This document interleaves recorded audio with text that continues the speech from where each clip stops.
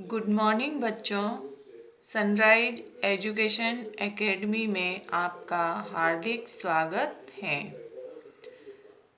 आज हम क्षितिज बुक से काव्य खंड से अध्याय 1 पढ़ रहे हैं, जो कि कबीरदास जी द्वारा रचित साखियाँ और शबद हैं। आगे के वीडियो में हमने कबीरदास जी का परिचय और उनके द्वारा रचित 3 साखियाँ पढ़ ली थी। आज हम चौथी साखी पढ़ेंगे। देखो बच्चों, साखियों का अर्थ क्या होता है? किसी के द्वारा दिया गया ज्ञान, है ना? किसी के द्वारा दिया गया ज्ञान, सीख, शिक्षा, जिसे हम साखियाँ कहेंगे। तो साखियों का जो अर्थ होता है वो होता है ज्ञान देना, सीख देना। तो ये जो आपके कबीरदास जी द्वारा रचित साखियाँ हैं, इन सब में कबीरदास जी ने हमें ज्ञान की बातें कही हैं, हमें क्या दी है? सीख दी है ना? तो इनमें से 3 साखियाँ हमने पढ़ ली थी। चौथी साखी आज हम पढ़ेंगे। तो चौथी साखी में देखो बच्चों क्या है? पखा पखी के कारणे। पखा पखी का अर्थ होता है पक्ष और विपक्ष। कारणे मतलब कारण। पखा पखी के कारणे सब जग रहा भुलान। सब मतलब सारा, जग मतलब संसार, भुलान मतलब भूलना, है ना? तो कबीरदास जी क्या कह रहे हैं कि सब लोग जो हैं पक्ष और विपक्ष करने में लगे हुए हैं कि ये मेरा है, ये तेरा है।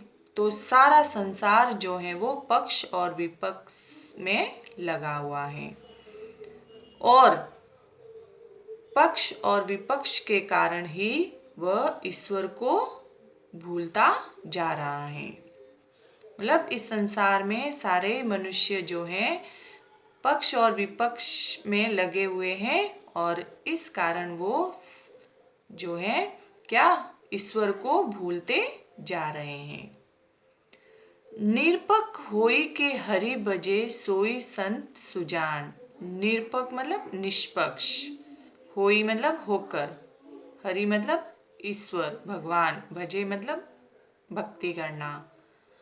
तो कबीरदास जी कहते हैं कि जो निष्पक्ष होकर, जो पक्ष और विपक्ष में न पढ़कर, जो निष्पक्ष रहकर भगवान की भक्ति करता है, वो ही सच्चा ज्ञानी कहलाता है, और उसी को ज्ञान की प्राप्ति होती है।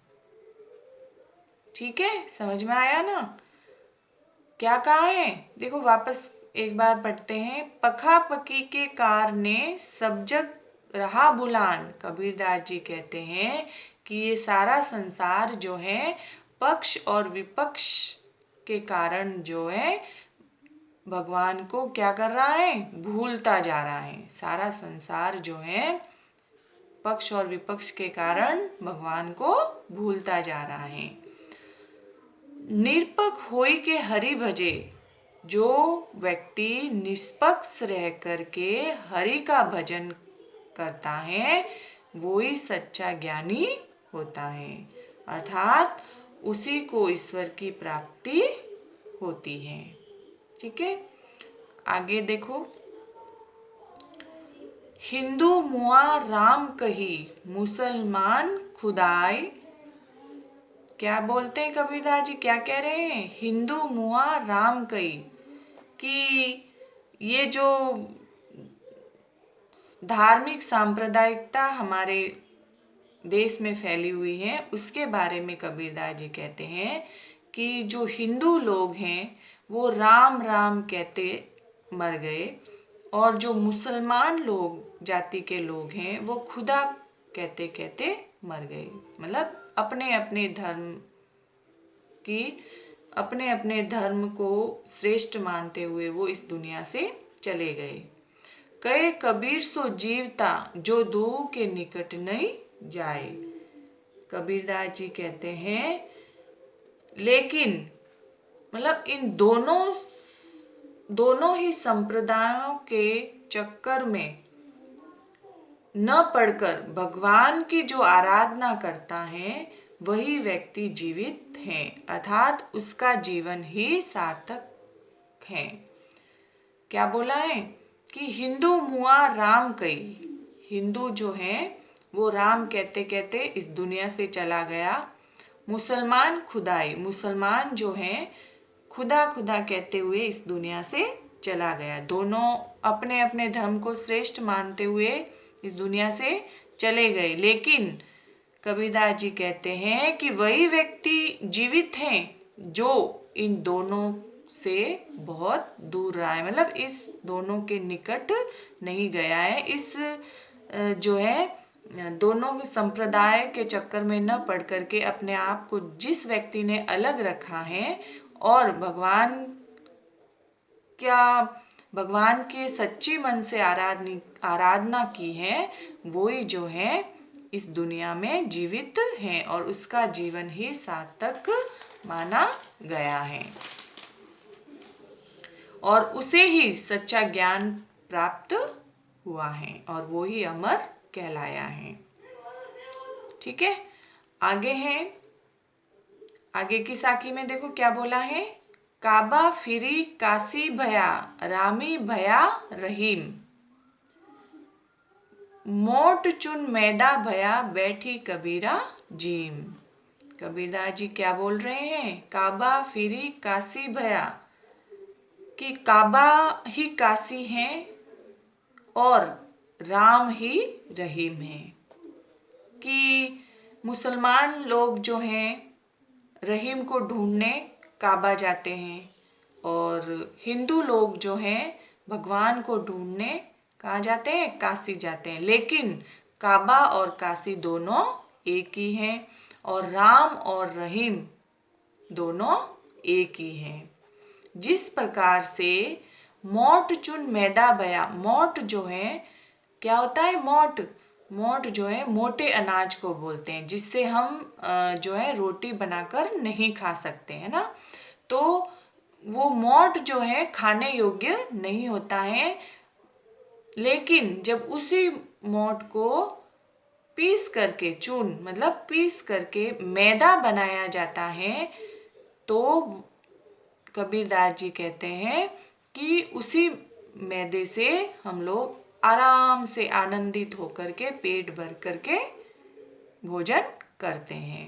अर्थात कबीरदास जी कहते हैं कि काबा है ना, काबा मुसलमान जाति का जो है तीर्थ स्थान है और काशी जो है हिंदुओं का तीर्थ स्थान है। तो काबा और काशी मानो तो दोनों एक ही हैं और राम और रहीम भी एक ही हैं। जिस प्रकार मोटे अनाज को जो है हम खाने योग्य नहीं मानते हैं, उससे रोटी नहीं बनाई जा सकती है, उसी मोटे अनाज को पीस करके जब मैदा बना दिया जाता है तो हम पेट भर करके आनंदित होकर के वो भोजन कर सकते हैं। जीम मतलब खाना, जीमना। तो बात वही है कि ये जो संसार में जो अपने अपने धर्म के लोग हैं उन्होंने इन सबको बांट रखा है। कोई भगवान को मानते हैं, कोई रहीम को मानते हैं, कोई काबा जाते हैं, कोई काशी जाते हैं। लेकिन जिस प्रकार मोट और मैदा एक ही हैं, वैसे ही काबा और काशी, राम और रहीम भी एक ही हैं। तो कबीरदास जी यहाँ पे कहते हैं कि धार्मिक एकता एवं समानता रखने से ही समाज का हित हो सकता है। ठीक है, फिर 7वीं जो साखी है उसमें देखो, ऊंचे कुल का जन्मिया जे करनी ऊंच न होए। ऊंचे मतलब उच्च कुल है ना, जन्मिया मतलब जन्म लेना। कबीरदास जी कहते हैं कि केवल ऊंचे खानदान में, है ना, कुल यानी खानदान, या श्रेष्ठ परिवार में जन्म लेने से, ऊंचे खानदान में या श्रेष्ठ परिवार में जन्म लेने से जे करनी ऊंच न होए, कि ऊंचे परिवार में या श्रेष्ठ परिवार में जन्म लेने से ही व्यक्ति महान नहीं बनता। जे करनी ऊंच न होए मतलब श्रेष्ठ परिवार में जन्म लेने से व्यक्ति जो है वो श्रेष्ठ या महान नहीं बन सकता। व्यक्ति महान नहीं बन सकता, इसके लिए उसे कर्म भी अच्छा करना पड़ता है। करनी यानी कर्म। तो ऊंचा मतलब उच्च कुल का बनने के लिए उसको अपने जो कर्म है वो भी ऊंचे करने पड़ेंगे, तभी वो है उच्च कुल का कहलाएगा।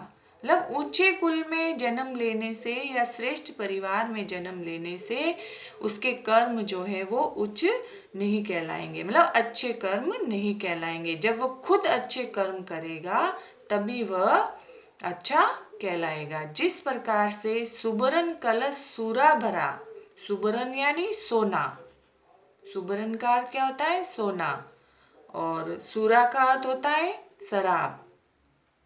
तो सोने के कलश में अगर शराब भर दी जाए तो वह जो शराब है वो अच्छी नहीं कहलाएगी। शराब तो शराब ही रहेगी, चाहे उसको सोने के कलश में ही क्यों न भर दी जाए।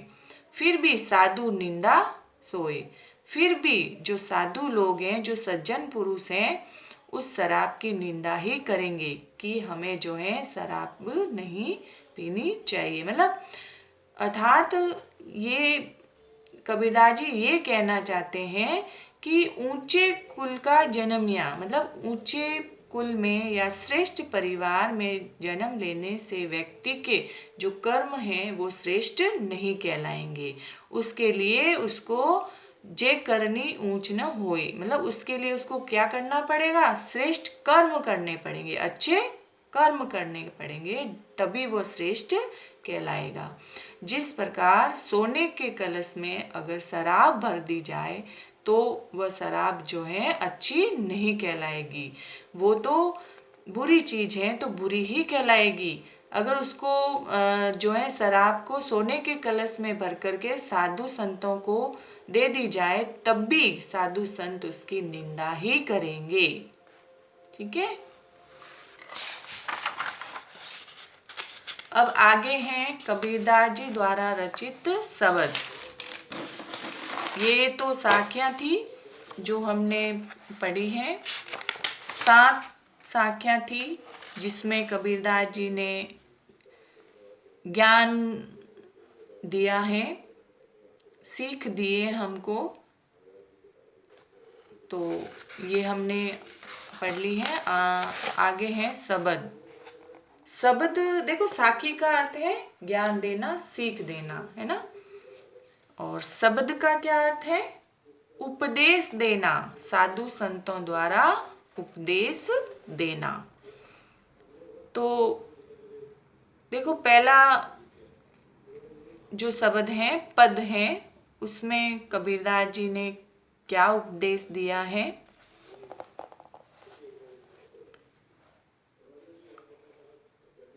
मौकों का ढूंढे बंदे मैं तो तेरे पास में। क्या बोलते हैं? मौकों यानी मुझे। कहाँ ढूंढे बंदे? बंदे मतलब व्यक्ति, है ना।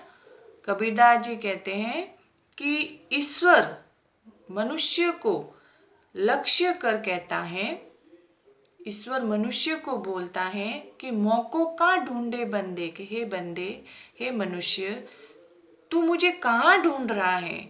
मैं तो तेरे पास में, कि मैं तो तेरे अंदर ही हूँ, तू मुझे कहाँ ढूंढ रहा है, कहाँ ढूंढता फिर रहा है? मैं तो तेरे अंदर ही हूँ। नामे देवल नामे मस्जिद, कि तू मुझे जो है देवल मतलब मंदिर में ढूंढ रहा है, मस्जिद में ढूंढ रहा है, ना काबे कैलाश में। तू मुझे काबे मतलब मुसलमानों का तीर्थ स्थान है काबा, तू मुझे वहाँ ढूंढ रहा है। और कैलाश जो है हिंदुओं का तीर्थ स्थान है, तो वो कह रहे हैं कि तू मुझे कैलाश पर्वत पर ढूंढ रहा है। मनुष्य को कह रहे हैं, कौन? ईश्वर, कि तू मुझे मंदिर में ढूंढ रहा है, मस्जिद में ढूंढ रहा है, काबे और कैलाश में ढूंढ रहा है, लेकिन मैं तो तेरे अंदर ही हूँ।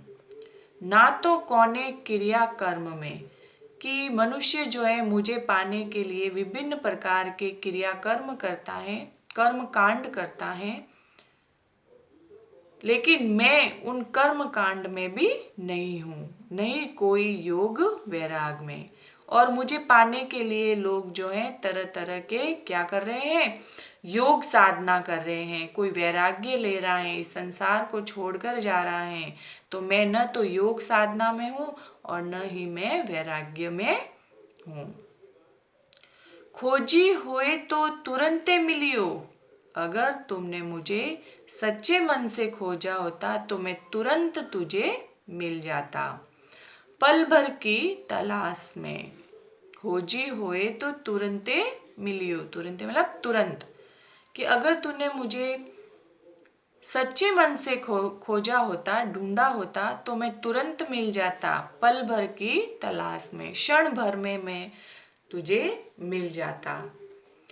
कहे कबीर सुनो भाई साधु, कबीरदास जी कहते हैं कि हे साधु संतों, हे भाइयों सुनो, सब श्वासों की श्वास में।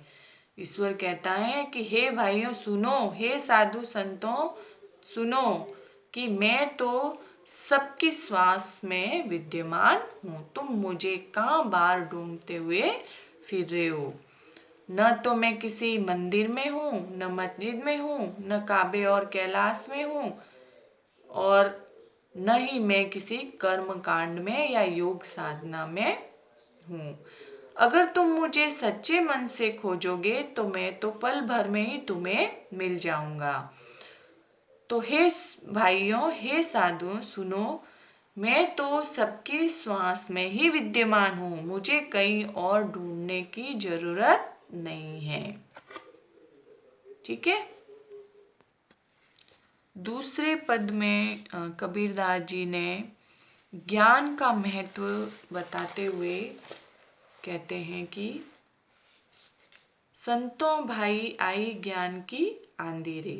कबीरदास जी ज्ञान का महत्व लोगों को बता रहे हैं और कहते हैं कि जब लोगों को ज्ञान की प्राप्ति हो जाती है, ईश्वर की प्राप्ति हो जाती है, तब क्या होता है? देखो, संतों भाई आई ज्ञान की आंधी रे, कि हे संतों, हे भाइयों, अब ज्ञान की आंधी आ चुकी है।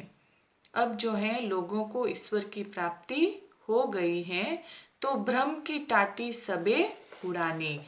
तो लोगों में जो भ्रम विद्यमान था, जो भ्रम फैला हुआ था, मोह माया का जो भ्रम था, वह उड़ गया है। जिस प्रकार से आंधी आती है और जो टेंट हैं, पर्दे हैं लगे होते हैं, वो सब उड़ जाते हैं, उसी प्रकार से लोगों के अंदर जो भ्रम फैला हुआ था वो उड़ चुका है। माया रहे न बांधी, अब लोग जो है मोह माया में नहीं बंधे रहेंगे। जिस प्रकार से आंधी के आने से टेंट पर्दे सब उड़ जाते हैं और रस्सी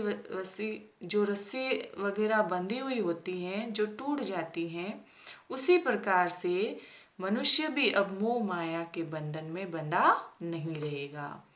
हिती चित्त की दे थूनी गिरानी, अब जो मनुष्य के अंदर जो वास्तविक और अवास्तविक का भेद था, जो अंतर था, वो अब जो है गिर गया है। मतलब उनको समझ में आ गया है कि वास्तविकता क्या है और अवास्तविकता क्या है, उसका भेद भी वो जान चुके हैं। जिस प्रकार से आंधी आती है और छप्पर के नीचे जो दो खंबे लगे हुए, थूनी यानी खंबे, तो दो खंबे लगे हुए होते हैं जो गिर जाते हैं, उसी प्रकार से मनुष्य के अंदर जो हित और अहित के खंभे थे वो टूट चुके हैं, गिर गए हैं। मोह बलिंदा टूटा, और मोह का जो छप्पर था वह भी टूट चुका है। मोह माया का जो छप्पर लोगों में फैला हुआ था वो भी अब टूट चुका है। कैसे? ज्ञान की प्राप्ति होने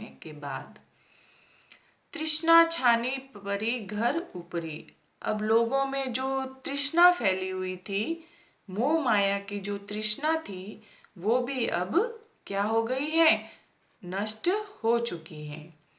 जिस प्रकार से आंधी आने से घर का जो छप्पर होता है वो नीचे गिर जाता है, उसी प्रकार से मनुष्य के अंदर ज्ञान की प्राप्ति होने से उनकी तृष्णा भी अब जो है क्या हो गई है? नष्ट हो चुकी है। कुबुद्धि का भांडा फूटा, जिस प्रकार से छप्पर गिरने से, आंधी आने से छप्पर गिर जाता है और उस छप्पर के गिरने से जो घर में रखे बर्तन फूट जाते हैं, उसी प्रकार से ज्ञान की आंधी आने से मनुष्य के अंदर की जो तृष्णा थी वो जो है नष्ट हो चुकी है, और जो कुबुद्धि, मनुष्य की जो कुबुद्धि थी वो भी जो है क्या हो गई है? समाप्त हो गई है। जोग जुक्ति करी संतों, आगे कबीरदास जी कहते हैं कि अब संतों ने क्या किया है? नए मानव का निर्माण किया है। जब ज्ञान की आंधी आई तो संतों ने नए मानव का निर्माण, नए मनुष्य का निर्माण किया है। किस प्रकार? अपने योग और युक्ति के द्वारा नए मनुष्य का निर्माण किया। और अब जब नए मनुष्य का निर्माण हुआ तो देखो उसमें किसी प्रकार का कोई जो है बुराई व्यापत नहीं है। जिस प्रकार से आंधी के आने से पुराना सब कुछ उड़ जाता है, टूट जाता है, और फिर हम नया छप्पर बनाते हैं, उस छप्पर में क्या होता है? निर्चु छुए न पानी। और अब उस नए छप्पर में एक भी बारिश की बूंद जो है छूती नहीं है। उसी प्रकार से जब ज्ञान की आंधी आ जाती है तो नए मानव का निर्माण होता है, और उस मानव में क्या होता है? कूड़ कपट काया का निक्षया। अब उस मनुष्य में जो कूड़ा, जो गंदगी थी, जो कपट था, वो सब निकल गया है। काया यानी शरीर से, उस मनुष्य के शरीर से जो कूड़ा कपट जो था वो निकल गया है। हरि की गति सब जानी, अब जो है मनुष्य को ज्ञान की प्राप्ति हो गई है तो उस मनुष्य को भगवान की, ईश्वर की जो गति थी, मतलब जो ईश्वर था वो अब वो पहचान गया है कि संसार में किस प्रकार से हम ईश्वर को प्राप्त कर सकते हैं। आंधी पीछे जो जल बूटा, आंधी पीछे जो जल बूटा, कबीरदास जी कहते हैं कि जो ज्ञान की आंधी आई है और उसके बाद में जो जल की वर्षा हुई है, जो जल की बरसात हुई है, प्रेम हरिजन बीना, उस बारिश में जो हरि प्रेमी था, जो ईश्वर का भक्त था, वो भीग चुका है, मतलब उसको ईश्वर प्राप्त हो चुका है। कहे कबीर भान के प्रकटे उदित भया तम खीना, कि इस आंधी के बाद, इस ज्ञान की आंधी के बाद जो सूर्य उदित हुआ है, जो सूर्य प्रकट हुआ है, उस सूर्य के प्रकट होने से जो अंधेरा छाया हुआ था, जो अंधकार छाया हुआ था, अब वो अंधकार जो है प्रकाश में बदल गया है ना। भान मतलब सूर्य, प्रगटे मतलब प्रकट होना, उदित होना, उदय होना, और तम मतलब अंधेरा, खीना मतलब हट गया है ना। तो इस ज्ञान की आंधी के बाद जो सूर्य उदय हुआ है, उस सूर्य ने सारे संसार में क्या ला दिया है? प्रकाश फैला दिया है। और जो अंधकार फैला हुआ था वो समाप्त हो गया है। तो इस पद में, इस शब्द में कबीरदास जी ने ज्ञान के महत्व को बताया है कि जब मनुष्य को ज्ञान की प्राप्ति हो जाती है तो वह इस संसार में व्यापक सब मोह माया को छोड़कर ईश्वर का भक्त बन जाता है। और जब वो ईश्वर का भक्त बन जाता है तो अपने अंदर जो बुराइयां लिए हुए था, बुराइयां व्यापक थी, उसमें मोह माया में पड़ा हुआ था, वो सब जो है क्या हो जाता है, समाप्त हो जाती है और उसके जीवन में अंधकार हट जाता है और प्रकाश जो है वो फैल जाता है। ठीक है, तो ये हो गए हैं अपने कबीरदास जी की साखियाँ और शब्द दोनों हमने पढ़ लिए हैं। चलो।